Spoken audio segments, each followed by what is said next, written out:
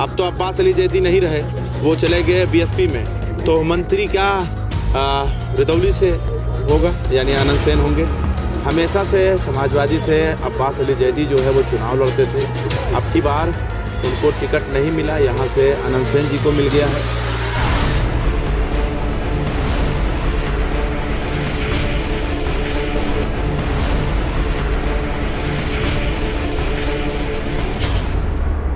तो सबसे पहले तो हम यही जानना चाहेंगे कि आप जो चुनाव में उतरे हैं, क्या मुद्दा लेकर उतरे हैं रदौली विधानसभा को लेकर? देखिए, जो हमारे नेता माननीय अखिलेश यादव जी का मैनिफेस्टो है, जो उनका घोषणा पत्र है, सबसे अहम सवाल वही है और उन्हीं मुद्दों को लेकर के हम जनता के बीच में आए हैं। जो लोकल इशूज हैं यहाँ की, पिछली बार 2 मौके हमारे साथी भाई अब्बास अली जैदी जी को दिया गया, लेकिन 2 मौके उन्होंने गंवाने का काम किया। दोनों बार भारतीय जनता पार्टी यहाँ पर मजबूती के साथ जीती। ऐसी परिस्थिति में एक सर्वे रिपोर्ट राष्ट्रीय अध्यक्ष जी ने अपने स्तर से एक टीम गठित करके यहाँ पर सर्वे रिपोर्ट मंगवाने का काम किया था, जिसमें यह स्पष्ट कहा गया था कि अगर किसी सशक्त यादव को, जो मजबूत है, समाज का मजबूत इंसान है, ऐसे व्यक्ति को अगर वहाँ लड़ाया गया तो निश्चित तौर पर समाजवादी पार्टी वहाँ चुनाव जीतेगी। ऐसी परिस्थिति में हमारा नाम भेज दिया गया। यही बात, जब हमारा नाम भेजा गया तो हमारे राष्ट्रीय अध्यक्ष जी ने अब्बास अली जैदी साहब को बुलाया था, बहुत विधिवत समझाने का काम किया और उन्होंने ये भी भरोसा दिलाया कि जब आप एमएलए नहीं थे तो मैंने आपको राज्य मंत्री का दर्जा दिया था और अब की बार एमएलए नहीं होंगे, आनंद सेन एमएलए होंगे, लेकिन एमएलए भले आनंद सेन हो, मंत्री हम आपको बनाने का काम करेंगे। ये भरोसा उनको दिलाने का काम किया था और ये कहा था कि एमएलसी भी बनाएंगे और पहली ही कैबिनेट में आपको शपथ दिलाने का काम करेंगे। लेकिन यहाँ पर उन्होंने बहुत बड़ी गलती की है और ऐसी परिस्थिति में ये काम उनको नहीं करना चाहिए था, क्योंकि 20 साल से पार्टी के साथ रहे, मजबूती के साथ उनको खड़े रहना चाहिए। तो आपके सामने अब्बास अली जैदी ढाल बन के खड़े हो गए हैं बीएसपी से, उनका काफ़ी वोट है इस विधानसभा में, तो उस ढाल से आप कैसे निपटेंगे? देखिए, हमारी लड़ाई बीएसपी से नहीं है, हमारी लड़ाई सीधे भारतीय जनता पार्टी से है। जो भारतीय जनता पार्टी जुमलेबाज लोग हैं, 58 सीटों का चुनाव हुआ, प्रथम चरण निपट गया, दूसरा चरण निपट गया है। अब स्थिति और हालात ये बन रहे हैं कि तीसरे चरण तक यहाँ पर सैकड़ों की संख्या में आरएसएस के जो कार्यकर्ता हैं वो आकर के काम करना शुरू करेंगे और जो परिस्थितियाँ यहाँ की पैदा करने की कोशिश होगी वो सीधे भारतीय जनता पार्टी से लड़ाई का मुद्दा बनाने का काम करेंगे और लड़ाई भारतीय जनता पार्टी से ही है, हमारी लड़ाई बहुजन समाज पार्टी से नहीं। रामचंद्र यादव जी कह रहे थे कि जो आनंद सेन जी आए हैं ये 4 बार हार चुके हैं, जिला पंचायत अध्यक्ष तक हार चुके हैं और इनको बताइए इतने छोटे लेवल पे डाल दिया है और ये भी हार जाएंगे तो बड़ा शर्म की बात होगी, ये कह रहे थे। देखिए, राजनीति में हार और जीत तो लगी रहती है। जब 2 पहलवान अखाड़े में उतरते हैं तो एक का जीतना और एक का हारना सुनिश्चित होता है, लेकिन कहा जाता है, देहाती एक कहावत है कि अखाड़े का लतमरुआ पहलवान होता है। जब हम हार का सामना कर रहे हैं तो वो भी समय रदौली की जनता दे देगी कि हम जीत का भी सामना करने का काम करेंगे। मतलब 4 बार हारे, 5वीं बार उम्मीद? कहाँ 4 बार हारे हैं, कौन कह रहा है 4 बार हारे? विधायक जी बता रहे थे। मैं विधायक जी कहाँ जनगणना कर, वो इसको आंकड़े को कहाँ से पेश कर रहे हैं? वो हम एक बार लूज कर गए विधानसभा, एक बार हमने पार्लियामेंट लूज किया है। और जिला पंचायत अध्यक्ष का चुनाव तो गुंडागर्दी के बल पे हुआ है।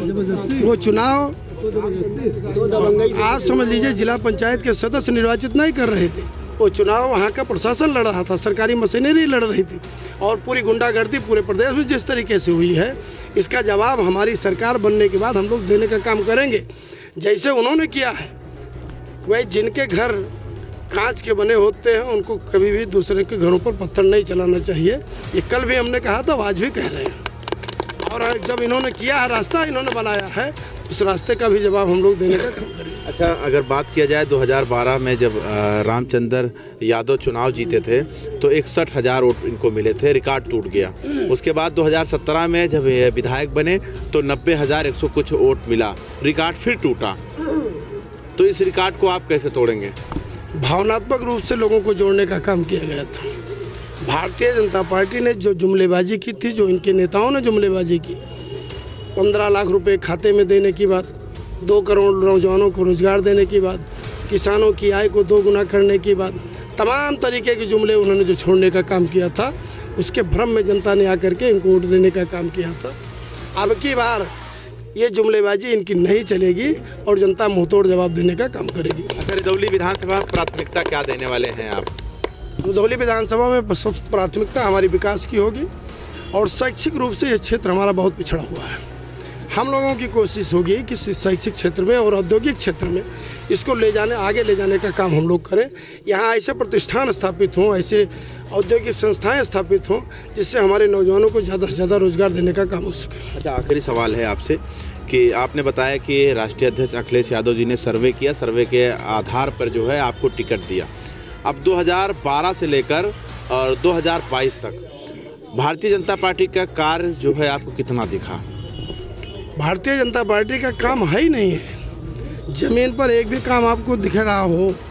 और आप जान लीजिए देश की संस्थाओं को बेचने के अलावा भारतीय जनता पार्टी ने कोई काम नहीं किया है। जितना इन्होंने वायदा किया उससे मुकर गए। यहाँ तक कि बाज़ारों की सड़कें, आप मेन जो मुख्य सड़कें हैं उन पर आप चले जाइए, हमेशा चिल्लाते रहे हम गड्ढा मुक्त करने का काम कर रहे हैं, सब गड्ढा युक्त हैं, गड्ढा मुक्त एक भी नहीं हुई है। मुसलमानों को कैसे समझाएंगे? ये र्यूमर फैलाया जा रहा है कि अखिलेश यादव मुसलमान विरोधी हैं और रुदौली में अब्बास अली जैदी के साथ बहुत बड़ी नाइंसाफ़ी हुआ है। इस र्यूमर को कैसे मेंटेन करेंगे आप? ये अखिलेश यादव जी अगर मुसलमान विरोधी होते तो हमारे साथी गब्बर भाई को टिकट न मिलता। उन्होंने समायोजित करने का काम किया है और पूरी तरीके से जो समायोजन का काम हुआ है, कहीं भी अखिलेश यादव जी इस समाज का नुकसान नहीं चाहते, उसके भलाई की ही बात करते हैं। और अखिलेश यादव जी ने जो इस समाज के लिए काम किया है, आज हमारे नेता माननीय मुलायम सिंह यादव जी के मुल्ला मुलायम कहा जाता है और उन्हीं के बेटे हैं जो सांप्रदायिक ताकतों के खिलाफ लड़ने का काम कर रहे हैं और सांप्रदायिक ताकतों से लड़ करके इस जमात की हिफाजत करने का भी काम अगर कोई कर रहा है तो अखिलेश यादव जी हैं। अकेले वो इस पूरे देश में चुनाव लड़ करके और जो है देश की जनता को एक संदेश देना चाहते हैं कि उत्तर प्रदेश सबसे बड़ा प्रांत है और यहाँ पर सांप्रदायिक ताकतों की दाल गलने वाली नहीं है। अनंत सेन जी, आपने सवाल जो है बढ़ा दिया, आपने सवाल बढ़ा दिया। हालांकि मैं यहाँ पर एंड करने वाला था।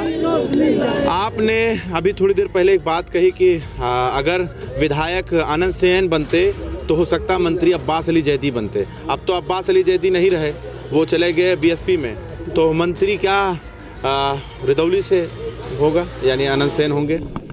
ये तो फैसला हमारे राष्ट्रीय नेतृत्व करेगा, इस बारे में हम नहीं कुछ कहना चाहते हैं।